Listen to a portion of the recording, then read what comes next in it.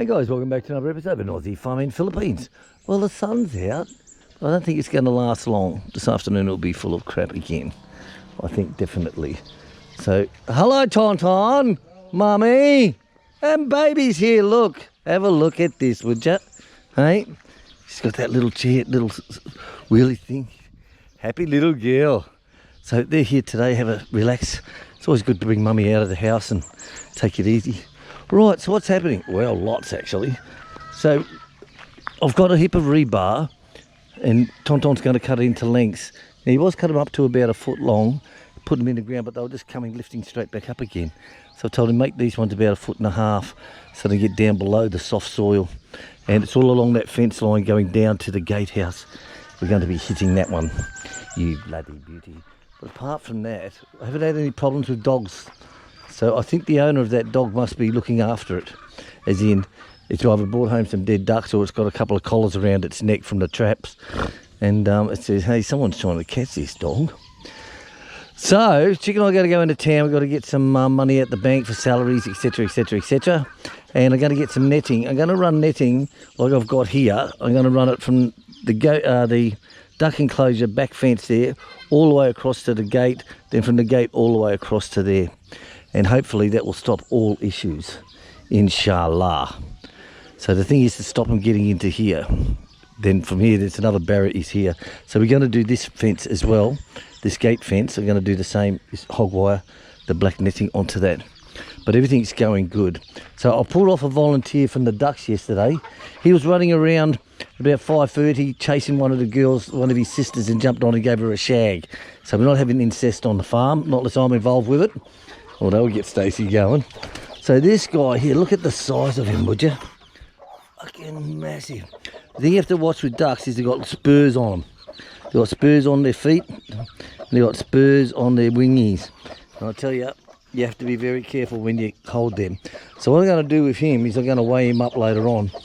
Big Maria, how you going with your babies? Happy? Oh, Big Maria's happy as a pig in shit. She's happy as happy.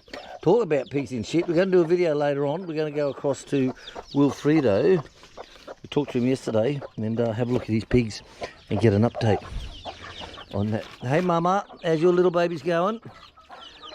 See, they're all going well now. They should be, now is the time where I'd put them out. But because of all the rains, it's not going good. They're just going to get sick. Now, Duck, I let her out yesterday, but she's still limping on the right-hand leg from where the first attack had come. So she's not a happy girl. So I caught her and put her back in again. She wasn't happy. Hey guys, how are you? These are the incubator babies. Okay, they're just chilling out, taking it easy. And the next one, of course, is sick bay. There's this one here. This is sick bay. Yes, they're all right. They're all going good. So the farm's going bloody good, guys. I'm feeling better. As in, my guts are feeling good of late. But my chest is still sore as hell. I think that when I fell, it was suspected. We had all the x-rays done. It was suspected broken fucking something or other up in the shoulder. But the shoulder's, like, it's okay. But it's the chest. So I said to Chick, I think when I hit, I think of the muscle, I've maybe moved it off of the bone or something. Because that's where all the pain is. Hey, stop fighting, girls. My God. So we're just taking it easy. So I've been fixing up the cameras again this morning, fixing them up. And this one here, the colour's not too good on it. But I've got a whole heap of new IP cameras. So later on in the next weeks ahead, I'm going to get the control box and I'm going to rewire the whole farm. And these ones are like data terminals, is what they are. Right, hello. Right, so, yes, you can take. So, what I'm doing now is Tonton's finished with the saws. So what I've got to do is sharpen them both up, clean them all up, and put them back into storage again. And remember, guys, like I said, when you put your saw into storage, make sure you have the loose chain so that you haven't got pressure on this. That's where the problem. I see a lot of them here, when they've come here to do some work, cutting down trees or whatever, and their sprocket's buggered. You can't tell them. But then they run a chain with about an inch gap underneath it. They don't have it running along the bar. But oh well, what can you say? Who cares? Right, so I'm going to service these two up now. this one down here and this one here, and put them all the way to bed. Right guys, that's these two finished. So they're all sharpened up, they're all cleaned up inside, washed down. This is all nice and loose. Remember, loose is what you want, okay? You want that to be loose. All the pressure's off your sprocket. Give it a nice WD-40 monkey come down. Nice monkey come down on it. You can't have enough monkey come, I tell you. Put the cover on it and put it to bed. If you're going to go a long time, of course, drain the fuel out of it. All right. Now, there's two phrases of mine here. Is drain the fuel out, and they say all your carburetor will dry out and all that shit. But if you leave the fuel in, if it's a long term, like I'm talking about 3, 4, 5, 6 months, if you're leaving it for that long, then your fuel will evaporate and it leaves all your two-stroke oil behind. And once it leaves your two-stroke, that's what gums up your carburetor. So what we used to do was just pull the carbies off, soak them, and inside it's just turned to honey because of all the oil that's left inside and the fuel's evaporated out. Plus it's got a bad smell to it. So as soon as you've got that bad smell coming, oh, get out of there, bitch, you know, stay away from her. So the idea, like with two-stroke brush cutters and that and the chainsaws, drain the fuel out of them, start them up, right? And it's when it's just the same with the mowers, and just as it's about to run out of petrol, gasoline, whatever you want to call it, it will go to a very high pitch. All right, so just as you start to hear that pitch, cut it off. Otherwise, if it goes to that high pitch, that means it's running without fuel, which means there's no oil, there's no lubricant, and your piston's going to stuff up. So drain your fuel out of it, start it up, and just as you start to hear that high pitch come, turn it off straight away. And there you go, guys. You haven't got an issue. All right, I'm going to put these to bed, and I'll catch us later. Well, guys, so we just got back in town, just got some more chicken feed, and Papa also had some corn for us, and we got the pool ladder came in. But look, the weather changed already. Look, spitting. Bloody spitting already. From that beautiful sunshine we had this morning. Absolutely amazing. Yeah. Well, you've got the pool ladder in. Makes it easier for the girls to get in and out. They don't have to rest the old mush bar on the bar when they're digging in. It's like, are you getting in or out? Are you getting in or out? Oh, I don't know. I'm undecided. It just feels so good. So we got the pool ladder. I'll pack all this one up and I'll get all this together.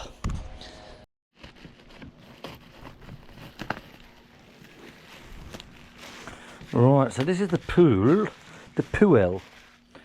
No pissing in the pool, but you can put a Barocca in your pocket, and that scares the hell out of people, doesn't it? Ah, so there we go. Oh. Right, so this will go good. Also stops the girls from trying to get a leg over. Nothing wrong with getting a leg over, don't worry about that. But it makes it easier for them.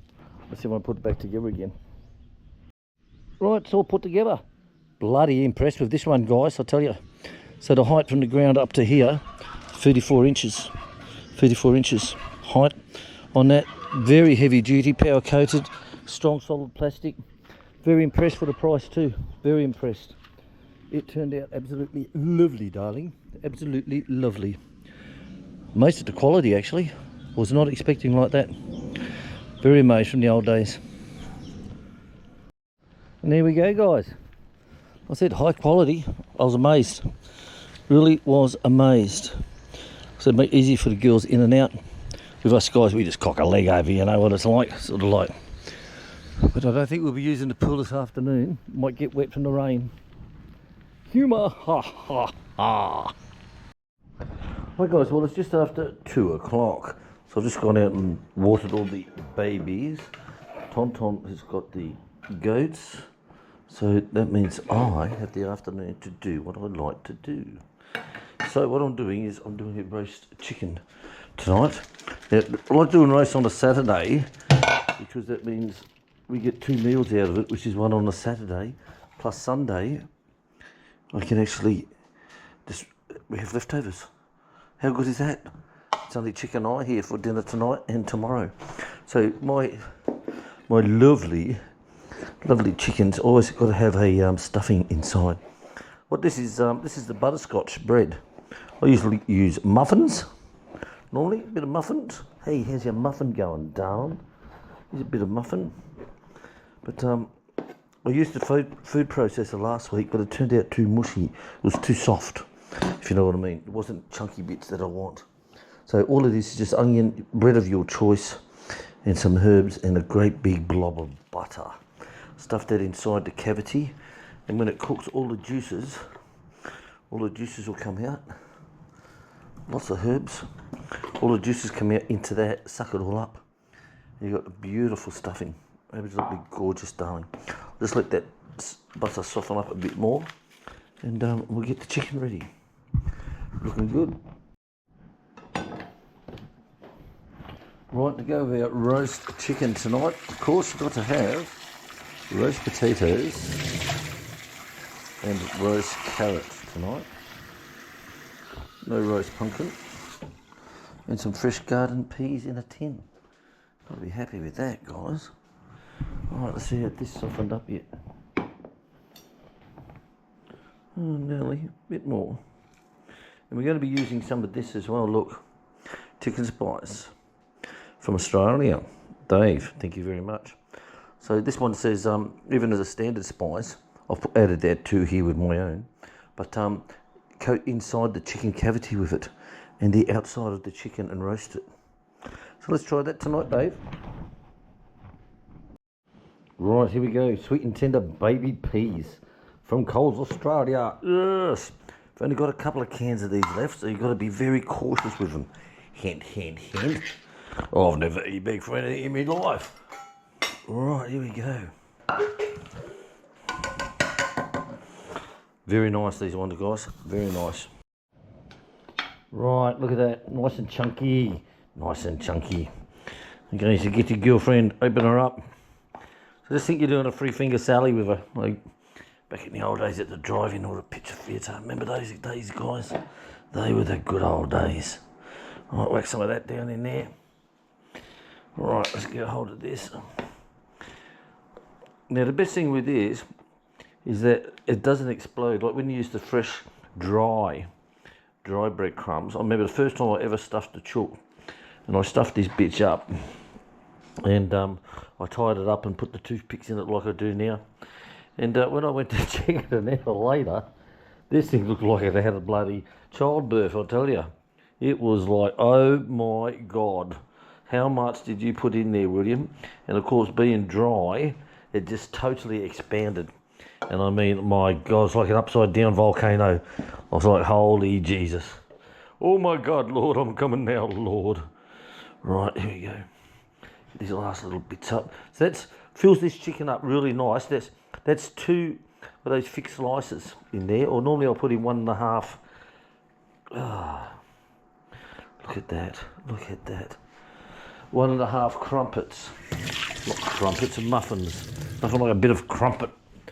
Right, then, what I always do then, can't get the top off. Oh God, I'm gonna have to get Stacey to open it for me. Oh, here we go. So what I do then is, the skin, as you can see, can get a little bit tacky from the factory. So just pull him up and over. You get a toothpick and just ram it in there, just like that. That's it. And one more at the bottom. Normally 2's enough. Depends how badly damaged the opening is on it. Oh, broke.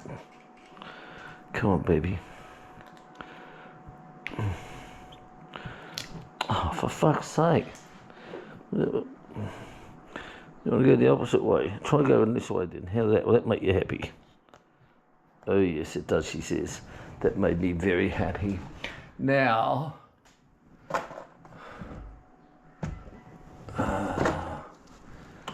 here we go. Get your butcher's twine now. Get your butcher's twine.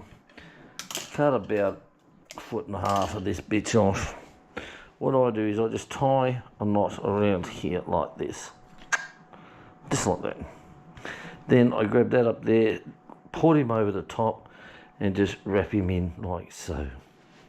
That's how easy it is, guys. Some like it the legs apart. Well, that's up to you, I suppose, isn't it, eh? Like so. Now he'll go onto the baking dish, tuck his wings in behind you, just like so. Tuck your wings in behind you. He'll go on a baking dish on a rack, and it'll have probably 2 cups of water in there to keep the moisture up. And that also makes all the gravy. And there you go. Now before I put that in the rack, it's too early yet, it's only 3 o'clock. What I do is I put it on the rack and I pour boiling hot water over the top. That tightens up all the skin and gives you a beautiful skin coating. Put some oil on top of that, and then I'll hit it with the chicken spice all over the top of it. And that will turn out lovely. Right guys, coming on to 5 o'clock, time to get me chicken in the oven. So some boiling hot water poured over the chicken. I do this for all the pork as well. Exactly the same, none of this. Stick it in the fridge overnight with salt on it and all that shit, you know. All I ever do is just pour bloody boiling hot water over the top, just like this. And that gives it that nice little base underneath here. Then I'll give it a rub with a bit of oil. A little bit of an oil rub, not too much. Just a drop. This one's nearly empty, it's been in a fish and chip shop. Okay, give that a rub. Make sure you get it all deep in your fingernails to keep Barbie Bob happy. Barbie Bob O'Neill. Right, now once that's done, okay, we get a little bit of this monkey cum shit here, look. Look at this. Give this a nice coating. Then this is going to go in the oven for about an hour and a half. 180, 200, you know, depends. Try to get it on the sides. Now it's got all that lovely stuffing inside. So I think it's going to turn out absolutely fucking lovely. Right, let's loosen some of this up inside again. Humidity here fucks everything. Really does. There we go. Yeah. Shake, shake, shake, baby. Shake, shake, shake. Shake it, baby. Shake it. Right, they'll go in the oven now. Put a little bit of extra salty on the top. Look at that. Oh, fuck me. This will be for dinner tonight and tomorrow. Now, Tonton asked if he could work tomorrow. So he said, okay. Oh, in you go, baby. Right, that's on.